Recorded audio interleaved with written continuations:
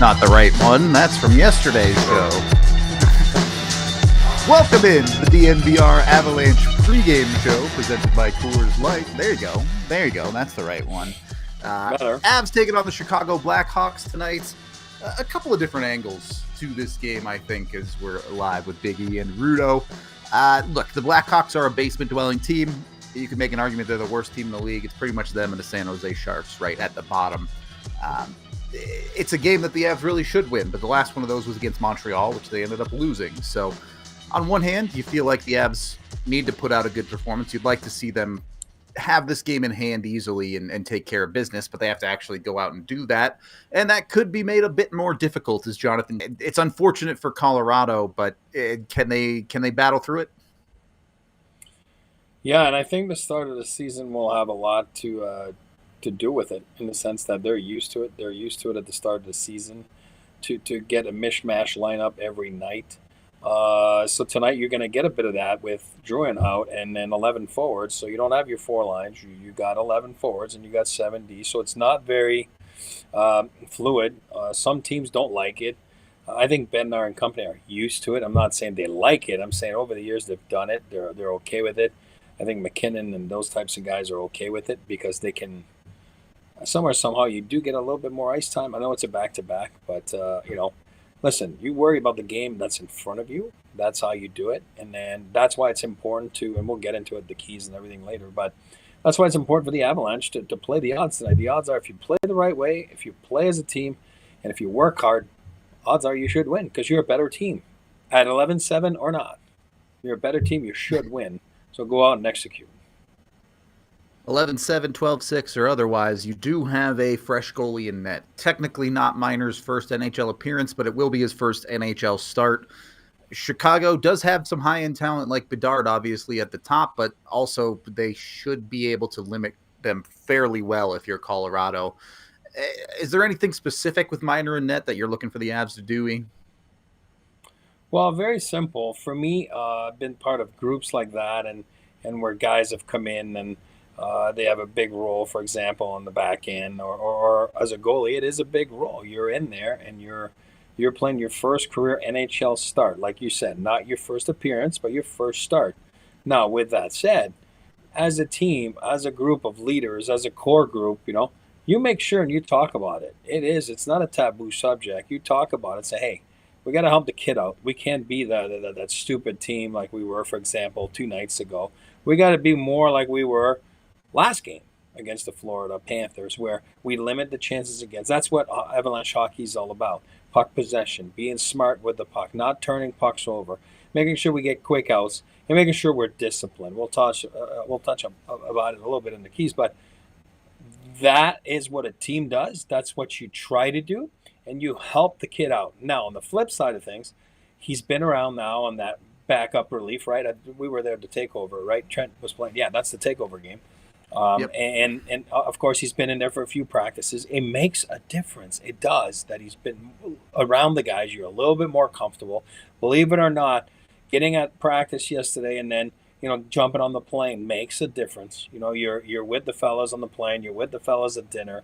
It makes you just be yourself a little bit more. It's a great story. Trent Miner's story is awesome. Perseverance. Could have easily, I packed it in, so to speak, because it's, he hasn't gone his way his first 3 seasons, right? His first 3 pro years. Goalies take a while. I'm not telling you that he's going to win the Vezina one day, but I'm telling you that I love stories like this. I love that he's getting the start tonight, and I think he's going to be just fine with all the reasons that we just talked about. With him in net, look, I'm sure the original schedule here was probably Wedgwood to go tonight and Blackwood to go against Minnesota, but with Miner having to step in. Do they reassess that decision? Did they make an active decision to play Minor tonight, which kind of makes it seem like they're going for 4 out of 4 points on this back-to-back? Absolutely, and I think you're right. They had talked about Wedgie, probably playing this one. And then you kind of look around, and then first of all, you look and assess how Trent's been playing in the American League. Sure. Very important to talk with Schneekloth down there, and Matt Saba, newly goalie coach right after Peter Budaj left for Anaheim. I talked with everybody down there to make sure, that everything's good with him and that he's on an upswing. He's playing good. He's feeling good. It is a good story, but you want to make sure as well, this is the NHL, that he has been pretty good and he has worked hard. So I think those are good signs. If they felt that they were throwing a ham sandwich in net, they wouldn't be throwing him in there. If they felt he wasn't ready, if they felt that he hadn't done the job, then your plan goes out the window and you're like, all right, well, Blackwood, you're in. And we'll figure it out tomorrow, and we'll just roll the dice. And if you have to go back in, then you go back in. So I think they stuck with it. I think part of it is because Trent's been doing the job. All right. I like the confidence in the goaltender there.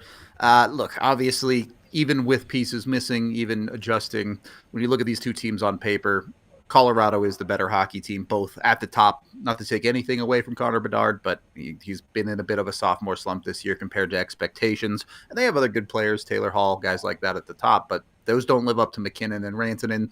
And down the lineup, which has not been the case a lot of times this year, the Avs should have the better depth tonight. Absolutely, and you're right. I think that let's put it this way, like the Avalanche back then. When you get the first overall pick, things didn't go well. Right, I mean that's just math. It didn't go well in the standings, and then it went well at the lottery. That means that you got the first pick. Bedard's a generational talent, and yet an injury season last year where all of a sudden he only played like half the season, whatever it was, correct? Give and take. Good player, and now expectations are there, and this has been tough. Where they added a little bit more veterans this year, the Taylor Halls, like you just talked about, and Bertuzzi. It just hasn't panned out. It just hasn't panned out for the Chicago Blackhawks, and they've been in circles, and they haven't been playing well lately. And a lot of people are starting to question where their plan is going. And a lot of people, quite frankly, and you read it everywhere, I've said that as much as the San Jose Sharks were questioned the last 24 months, everybody says that San Jose Sharks have surpassed them. In the build, in the rebuild, and it's hard to argue, because. Again, you don't only play the game that's in front of you, that's your line, but somehow you do shake your head a little bit at where is this going? You know what I mean? Where are the Chicago Blackhawks? You want to be patient? I don't know, like Montreal. Where was this going a month ago? Now a month later, you're like, well, I can see it. I can see it, and I can see Demidov next year. I can see all that kind of stuff. Right now for the Blackhawks, it's like, hey, this is muddy. This is muddy, and this is no disrespect. It's the NHL. I'll say it again. The league is a better league with the Chicago Blackhawks as a winning team. And that goes for, I don't care what people say. It's not good to have the Blackhawks as cellar dweller. You don't want that. And you want them to come back to where they're supposed to be and give the Avalanche and all those teams a fight and make sure that, and again, not saying that it's an automatic win tonight, so don't be dumb and stupid and put words in my mouth. Not you, but anyone. But at the end of the day, yeah, the Avalanche play tonight,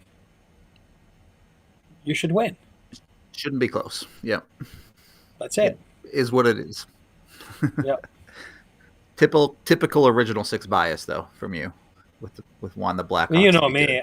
I know. I do the Rangers, the Blackhawks, the Bruins, the Montreal Canadiens. I do believe it's a more fun league when the original six are healthy in the sense in the standings. That's just my gut. It's always been that. Again, I'm mad they took out the red line, so whatever.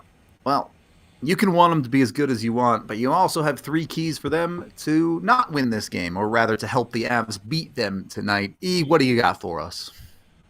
Well, I mean, it's a little bit on what I was just talking about, but number one for tonight, expose the Hawks' identity crisis. I mean, there's no mercy in this league. They're really questioning everything about themselves. You got to remember, like the what do we call that? The Winter Classic a couple days ago. They feel they got embarrassed by St. Louis. There's been a lot of comments, and then they came back and had a win there against Montreal, which I watched the whole game. I felt Montreal absolutely kicked them, but they won on the scoreboard, and then they went back to last game, the regular themselves, where all of a sudden they're not really in the game and are being outcompeted and outplayed throughout the game. So, you know what? Let's just leave the team down. Don't have mercy and just kick him when they're down. That's me. That's my philosophy. So don't feel sorry for any other team in this league. Number two, get at them early and often. I said it last game. I'll say it again. Like let's just don't give this team a reason. There's still some talent. You know what I mean? The Bertuzzis, the Bedards, and the Halls, and don't give them a reason to hang around. Give them a reason to quit. You know what I mean? Expose their depth. Rudo just talked about their depth. Even though you have 11-7 and no Drew and no Natushkin, you still should be able to produce winning shifts after winning shifts after winning shifts. So get at them early and often. Don't look back and don't give them a reason. Number three, play them at 5-on-5. God, you never want to leave this, to special teams, and if they want to play on the power play, meaning like give you power play, sure. But if again, my rule about the power play or not, just please shoot, tips, rebounds, But also, my point is, play them at 5-on-5. Those guys are minus 35 in goal differential. They can't play defense. Their defensive system they're on their second coach this year. It's a little bit of a mishmash, a little bit of a hand sandwich. Rudo would say it's squirrely. You should control the play that way. There's no reason not to cave them in with all the metrics that Rudo goes over after each game, and just cave them in. There's no reason, again, go back to key number one, no mercy. Let's go and play them 5-on-5. Don't take dumb penalties where all of a sudden Bedard can use this big shot and then they feel good about themselves. Play them on 5-on-5. Dominate the way you should dominate, and then just go hurt them offensively. I would take it even a step further than that on that last one, E. The Blackhawks, the only part of the game they're decent at is special teams. Their penalty kill is top 5 in the league, so you can't really expect to have a lot of success on your power play. And their power play is not great, but it's in the top half. It's top 15. And that's what prompted me to say that, because I looked and I'm like, they're way better than the Avs on the PP, way better than the Avs on the PK. Yep. Especially lately. I'm talking about, let's say, the last 10 games, The numbers are not even close. And it's like, okay, then why take a chance and why give them what they want? Give them the cookie. I like cookies, but don't give them cookies. You know that. Yeah, exactly. Power play's a cookie. Power play's a cookie. Those guys sniff, they want it. And it's something that the Avs have to do better is produce at 5-on-5. Like the metrics you're talking about, great. Very cool. It's good. Will lead to long-term success. But realistically, over your last 2 full games, you have 3 total goals over 120 minutes. I had 4 if you count the empty netter, whatever. You need to be able to produce more than that at 5-on-5, particularly against a team like Chicago, who gives up some of the most goals in the NHL. Yeah, and again, sometimes we talked about it the other day, and it's not just the Avalanche. And I hear they play down to the opposition. No, it's just sometimes it's just human nature. It's not like us back then, the Avs against the Red Wings. You're like, oh God, you're pumped, you're ready to go. It's not game 1 of the playoffs. The reality is, you're playing close to. Are they last right now? Close to last place team in the NHL on a Wednesday night. It's just reality. I don't care what people say. It's life. Life in the NHL is that way too. So now you don't want to be stupid. You don't want to have bad puck luck, and then all of a sudden you're chasing the game. Now you're playing like a track meet, and you come up short, and you're like, oh man, we missed this one. Instead, get at them right away. Do what you're supposed to do. Go freaking produce offensively, and don't wait and just jump on them early. And then after that, you can cruise through the period in the game, because it's just going to happen. And then you can play for your goalie after that, and then you move on, and nobody has to play 27 minutes and as a forward, and then you go on to play Minnesota. But there's a game to play tonight before you play tomorrow night, and you can't overlook that. Yeah, you got to take it one step at a time. And in a perfect world, this should be a get-right game for the Colorado Avalanche for a number of reasons. One, the Chicago Blackhawks are actually worse at face-offs than the Colorado Avalanche somehow, which is impressive. So maybe you can improve your numbers at the dot.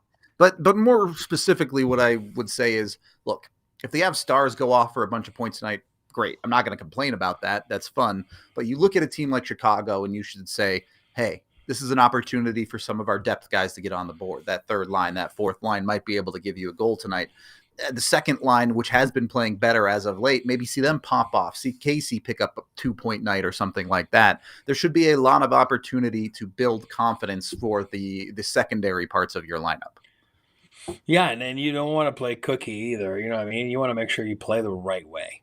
You don't want to go and cheat and try to, whatever you call that, cherry pick and whatever people call it, and then you're on the wrong side of the puck and you hear Bednar talking about being above pucks all the time. And all of a sudden you're on the wrong side because you're cheating and, it's not good. But one little thing I want to add to your face-off part you just said, it's funny, it's ironic because the Chicago Blackhawks have had Yannick Perreault, my former roommate, if you guys watched the World Junior Championship there, Team USA 34, Gabe Perreault, right? First rounder, New York Rangers. That's his dad.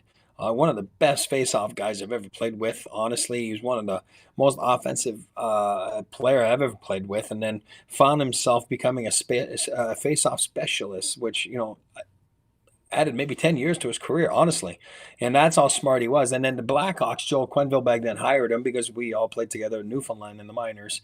And he's been, I swear, it's been about 20 years. He's been face-off development coach for the Blackhawks and, worked with Taze and all those guys in those heydays.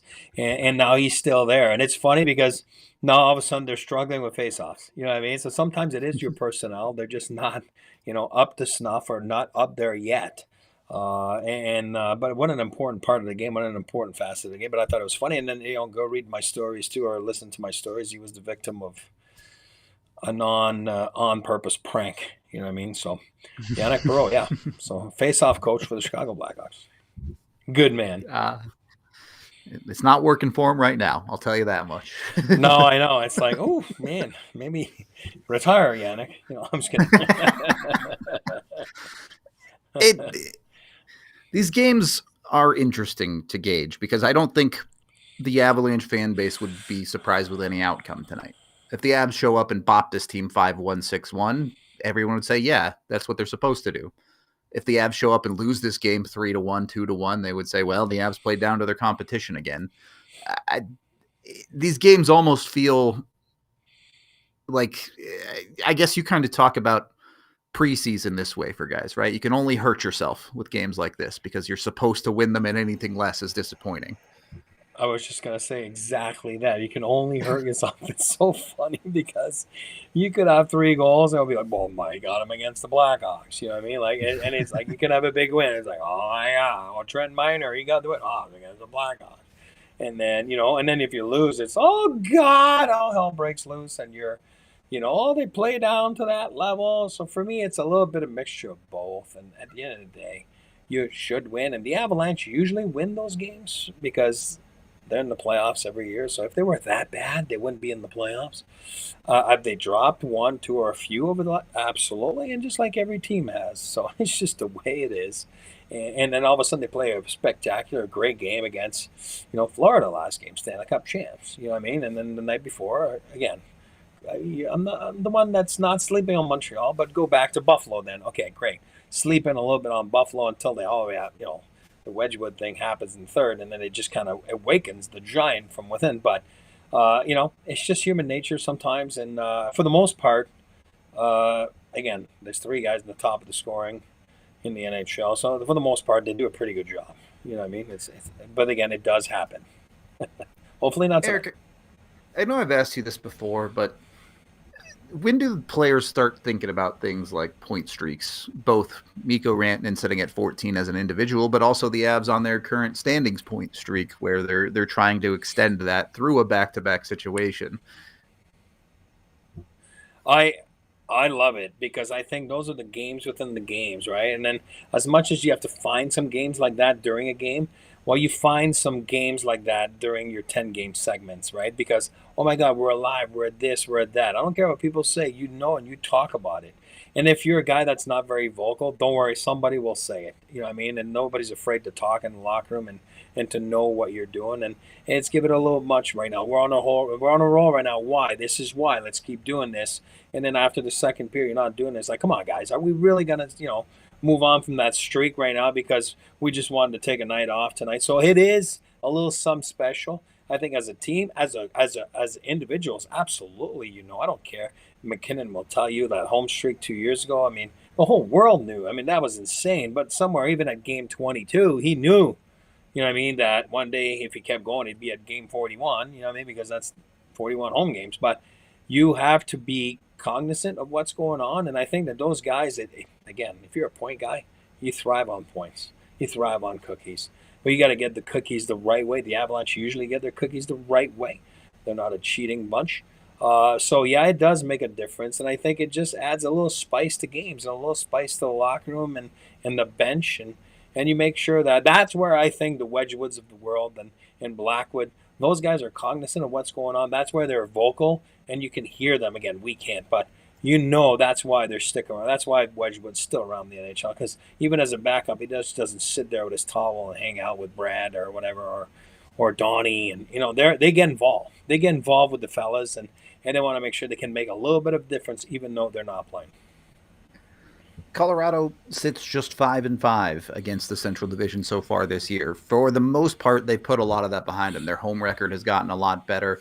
Their record on the road has been good the whole time. Their actual record now 10 games above 500.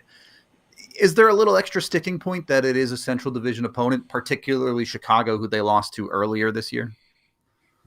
Yeah, I think you have to. I mean, you got to make and muster up your emotions. You got to talk about that it is a divisional game. Again, like I said to you, you drop one, you're not into it. It's Buffalo. No offense to Buffalo. You just, you don't play them down the other side. It's really not hurting you. Now, if the Chicago Blackhawks catch the Colorado Avalanche this year, again, we won't rehash the show from yesterday, but I'll use a Speedo absolutely again on that one. I'm not saying this is happening.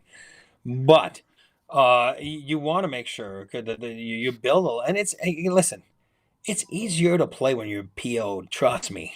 And you need to be PO'd sometimes to play. It's a physical sport. It's not about taking penalties and it's just, you have to be emotionally invested in the game. And when you play against an opponent more than, an Eastern team, that usually lights up the fire underneath you to make sure that you're PO'd and ready to go. Got to find a way to get ready one way or another. We get to our predictions in a second. Let's get to my pregame picks from Bet365 first, where they keep things never ordinary. Look, I didn't do anything too complicated, but I am expecting the Avs to take control and win this game. I took the Avs to cover, and I took the Avs to score at least 5 goals. I think they have the opportunity to pop off offensively against this team. I did take a rant and power play point. Sometimes the Avs just seem to find ways to score on the power play against the teams they're not supposed to, but took it for a little bit of fun. The Avs, honestly, for playing the Blackhawks, you can get some decent money on them today at Bet365. So make sure you're getting over with Bet365 and getting all of your bets in. Of course, when you do gamble with Bet365, you must be 21 or older, physically located in Colorado. And if you or someone you know has a gambling problem, call or text 1-800-GAMBLER today. So, with those bets on the table, I might be giving away some of my look of the crystal ball, but what are your predictions for a score? And give me a player to put one in the back of the net. Man, oh man, I know I took Mac the other day, and it's like a cop-out, and I took Mikko, I think, the year of the game before. But tonight, I'm sticking because I want him to get cookies. I want him to get cookies the right way. I just want him to feed off some cookies. I'm going to go Casey Middlestat. I want Casey to feel good. I want him to feel good about his game because those guys thrive on points. Again, remember you said, hey, I remember as a player, me as a third, fourth liner, 10 game segments, I didn't have a goal. Trust me, it was haunting me. I'm like, oh my God, I need to get 1 or 2 every 10. And then you're at 0 at game 8. You're like, man, you got to challenge yourself. You got to know where you're at. You know what I mean? And I think that Casey, guys like that, they bless you, they thrive on points, and it's important. That doesn't make you selfish. It just makes you. And if you do the right things, usually points come. Is when you're chasing the points, they don't come. Because you end up cheating, being not above pucks, all that kind. So I'm going to go Casey, and I'm going to go again. I'm going with. I really feel the Avalanche are going to be flying. I really do.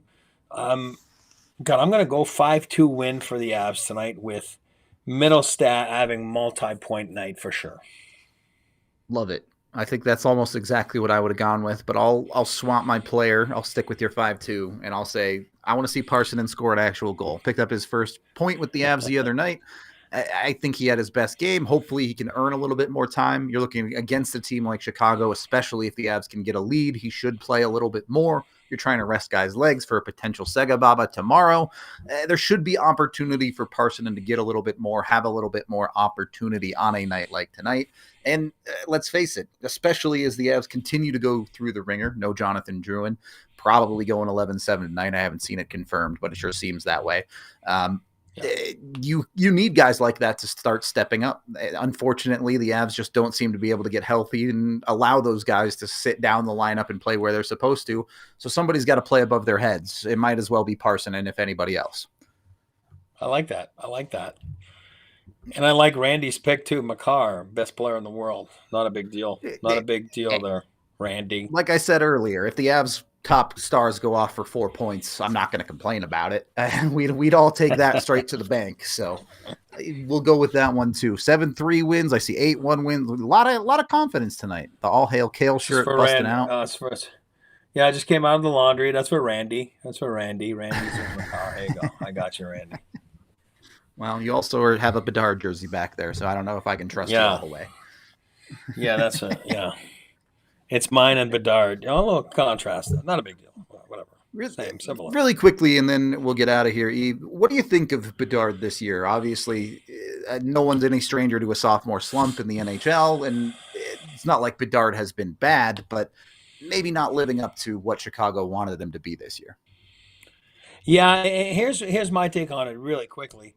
I think he's surrounded. I'm a big Nick Foligno guy. You guys know that. You're talking about intelligent. Forget about where his game's at. I'm not here to talk about Nick's game. I'm talking about the character, the person that he is. And I think it's important to surround them with people like that. Now, with that said, if you look at his career from when he was 5 years old till last year, like it's always been easy for him because they're the best. They're the best of the best, and they absolutely dominate play wherever they go. And then you get to the NHL, and it's a little hard. It's a tough league, you know what I mean? And then he doesn't play a full season last year, but he does decent, right? He still wins the Calder and everything. And all of a sudden this year, there's a little bit of expectations, and it's just hard because you've never been in that situation. You don't know how to react. You don't know how to deal with it. And I think you're seeing a little bit of that. I think it's important to have ebbs and flows in your career. And I think it's important to go through it to know how to manage those things and manage the expectations. It's not easy. And he caught a little bit of flack there from Jeremy Roenick there yesterday, I believe, on social media about, not respecting the former players and all that stuff. So I think it's not the shiny toy anymore, right? You know what I mean? Because it's been over a year. Now it's like, you have to figure out how to deal with all that type of stuff that's surround. You're off ice, you're on ice, and all that kind of. And then your results as a team and as an individual. All right. Well, we'll leave it at that. We do have a watch along coming your way. I'm going to try it from the at-home couch, so we'll see how it goes. You'll probably see a bunch of dogs running around, so that'll be fun at least. But we are going to wrap up this pregame. Come join us for the watch along, or at very least for the postgame, where we'll break down whatever happened for you. This has been the DNVR Avalanche pregame show presented by Coors Light. We all silly like the mayor.